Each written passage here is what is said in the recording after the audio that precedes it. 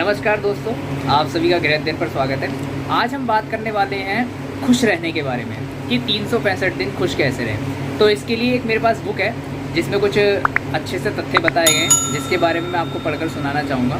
तो आइए ज़्यादा देर न करते हुए जल्दी से शुरू करते हैं। तो दोस्तों, इस पुस्तक को लिखने से पहले ये लेखक अपनी बात कह रहा है कि लिखने से पहले मैं अपनी विभिन्न उम्र, व्यवसाय क्षेत्र तथा विभिन्न राज्यों के हज़ारों लोगों से मिला और उनसे बातचीत की। उनके खुश रहने के कारणों के बारे में जानकारी मालूम की। लोगों के खुश रहने के अपने अपने तरीके हैं। कोई कहता है जब मैं 2 बाल्टी गर्म पानी से नहा लेता हूँ तो मुझे खुशी मिल जाती है, और जब मुझे अपने दोस्तों के मैसेज मिलते हैं तो मुझे अपार खुशी मिलती है। जब कोई कहती है कि मैं काफ़ी सुंदर लग रही हूँ तो यह सुनकर मुझे काफ़ी खुशी होती है। जब मेरे पापा मुझे अपनी बाइक चलाने के लिए कहते हैं तो मैं खुशी से उछल पड़ता हूँ। जब टीचर कहते हैं कि कल क्लास नहीं है तो उस दिन मेरी खुशी का तो ठिकाना ही नहीं रहता है। मैंने उन लोगों को उन बातों की सूची बनाने के लिए कहा जिस चीज़ को प्राप्त करने के बाद उन्हें सबसे अधिक खुशी मिलती है। सबसे अधिक आश्चर्य तो तब हुआ जब लोग खुशी की सूची बनाते हुए ही परेशान दिखे। उनकी खुशी की सूची 1-2 बातों से लंबी नहीं रही थी। इसका मतलब यह निकलता है कि लोग खुशी की तलाश नहीं करते हैं, इसलिए उन्हें यह पता ही नहीं होता है कि किस बात में ज़्यादा खुशी मिलती है, और खुशी की बजाय उन्हें दुख देने या परेशान करने वाली बातों की सूची बनाने के लिए जब कहा गया तो उन्होंने दुखी करने वाली बातों की लंबी सूची तैयार करके दे दी। यानी खुशी के लिए बातें नहीं मिली और दुख के लिए इतनी सारी लंबी सूची तैयार करके दे दी। लोगों की खुशी की सूची को पढ़कर आपको उसमें खुश रहने की प्रेरणा नहीं मिलेगी, बल्कि आप उन बातों को सुनकर आश्चर्य में पड़ सकते हैं कि क्या लोगों को ऐसी बातों में भी खुशी मिल सकती है। मुंबई के गोरेगांव में रहने वाले प्रिंटिंग प्रेस का कारोबार देखने वाले एक महाशय ने खुशी की सूची में लिखा कि मेरा कुत्ता जब मेरे सामने दुम हिलाता है तो मेरा दिल खुशियों से झूम उठता है। दिल्ली के रहने वाले एक व्यवसायी का कहना था कि लोगों के फटे जूते देखकर उन्हें खुशी मिलती है।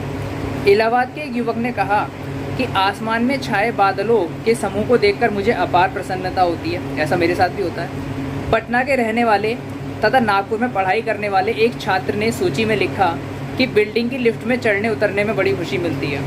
सप्ताह यानी 7 दिनों हर किसी के लिए अलग अलग तरह की खुशियाँ लाते हैं। ये बात तो है कि हर दिन किसी के लिए अलग अलग तरह की खुशी लाता है। अनेक छात्रों के लिए रविवार बड़ी खुशी का दिन होता है, वहीं अनेक छात्र इसे सबसे बड़ा बोरियत भरा दिन मानते हैं। कुछ लोग रिटायरमेंट को खुशियों से भरा मानते हैं तो कुछ रिटायरमेंट को दुखी की गठरी मिलना बताते हैं।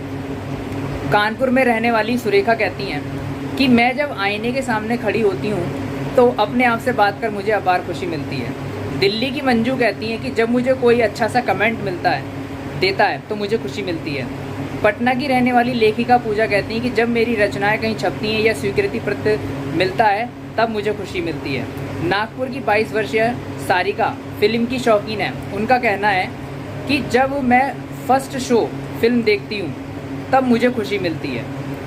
ऐसी अनेक बातें हैं जिसे पाकर लोग जो है खुश होते हैं। भरपूर खुशी मिलने पर लोग सुध-बुध खो देते हैं। उन्हें इस बारे में कुछ पता ही नहीं होता है कि वे किस हालात में हैं। आर्किमिडीज का सिद्धांत खोजने वाले वैज्ञानिक आर्किमिडीज अपने सारे कपड़े उतारकर एक दिन बाद टब में नहा रहे थे। जैसे ही वे टब में घुसे उसमें से कुछ पानी छलक कर बाहर आ गया। उन्होंने अपने सिद्धांत को पकड़ लिया। टब से निकलकर, आपने पढ़ाई होगा, जो साइंस के स्टूडेंट्स हैं वो जानते हैं आर्किमिडीज का सिद्धांत। उन्होंने तैरने का सिद्धांत दिया।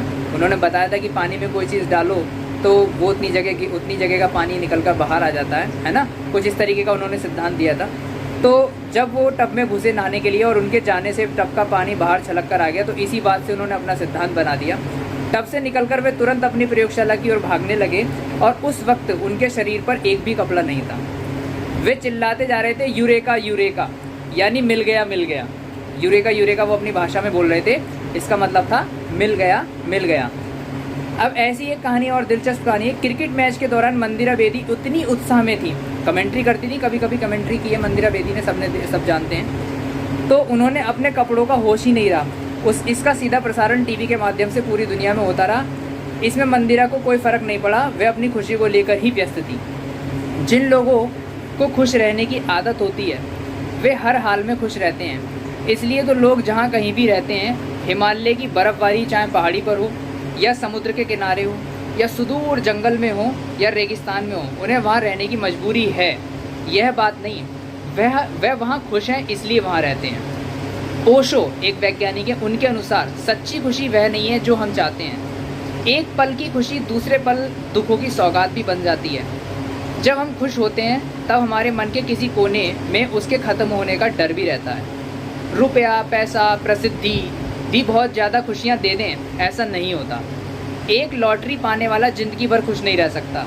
कुछ ही सालों में उसे खुशियों की तलाश करनी ही पड़ती है, क्योंकि खुशियाँ उसके जीवन से गायब हो चुकी होती हैं। सिर्फ पैसों की वजह से लोग खुश हो जाएं ऐसा नहीं है।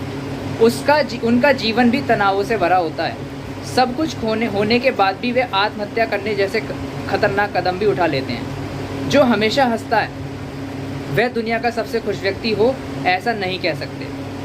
एक हैरान परेशान व्यक्ति एक मनोचिकित्सक के पास गया। ये कहानी है। एक हैरान परेशान व्यक्ति एक मनोचिकित्सक के पास गया। उसने अपनी ढेर सारी परेशानियां डॉक्टर को बताई और खुश रहने के उपाय के लिए सलाह मांगी। डॉक्टर ने मरीज की पूरी बात सुनकर कहा, सामने खिड़की से बाहर शहर का नज़ारा देख रहे हो? मरीज ने कहा, हाँ देख रहा हूँ। इसमें कोई ख़ास बात नज़र आ रही है?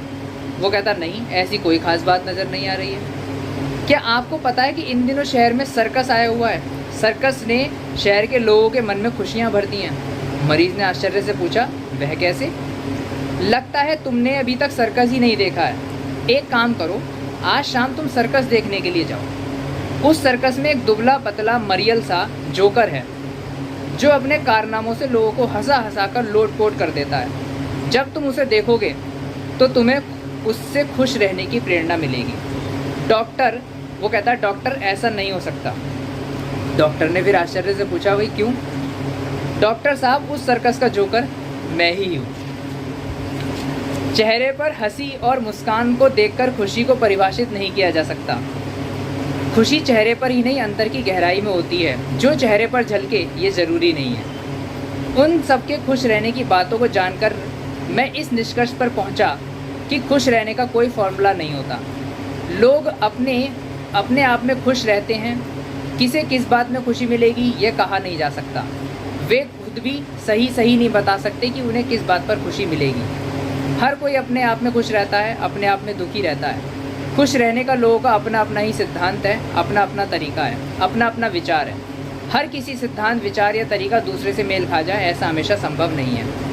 उनकी बातों से ये निष्कर्ष निकलता है कि खुश रहना अपने हाथ में है। किसी को बड़ी उपलब्धि पर खुशी मिलती है तो किसी को छोटी उपलब्धि पर मिलती है। कोई छोटी बात पर खुश हो जाता है बहुत, तो कोई बड़ी बात पर भी खुश नहीं हो पाता है। यानी जो जिस बात में अधिक खुशी ढूंढता है वह उतना ही अधिक खुश होता है, और जो कम खुशी ढूंढता है वो कम खुश रहता है। अंत में मैं इतना ही कहना चाहूँगा कि एक मटका आग में तपने के बाद ही हर किसी को ठंडा पानी दे सकता है।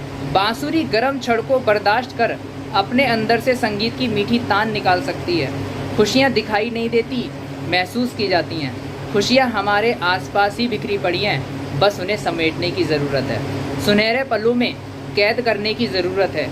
हम अगर छोटे छोटे पहलुओं में खुशी ढूंढें तो हमारे पास दुख नाम की चीज़ ही नहीं रह जाएगी। आज के लिए इतना ही, धन्यवाद।